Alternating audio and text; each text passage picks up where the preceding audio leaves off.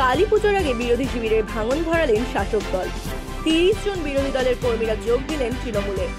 উত্তর 24 পরগনা জেলার বসিরহাট মহকুমার সীমান্ত স্বরূপনগরের ঘটনা। জানা যায় আজ স্বরূপনগর দক্ষিণ সাংগঠনিক ব্লকের পক্ষ থেকে একটি বিজয়া সম্মেলনী অনুষ্ঠান ছিল। সেখানেই প্রায় 30 জন সিপিএম কর্মী যোগদান তৃণমূল কংগ্রেসে।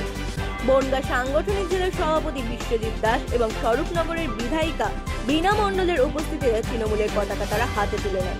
তারা তৃণমূলে যোগ দিয়ে বলেন রাজ্য সরকারের উন্নয়নে সামিল হতেই তারা তৃণমূল কংগ্রেসে যোগদান করেছেন। আমরা পার্টি করে কোনো সুযোগ সুবিধা পাইনি, তার জন্য আমরা তৃণমূলে জয়েন করেছি। কতজন জয়েন করেছেন আজকে? 40 জন। 30 জন। কত নাম্বার বুথ? 112। কেন কি মনে হলো তৃণমূলে এসে কি কি সুবিধা পাবেন বলে মনে হচ্ছে? দেখা যাক, এক পার্টির থেকে এক পার্টিতে সুবিধা পাবো বলে তো এসেছি।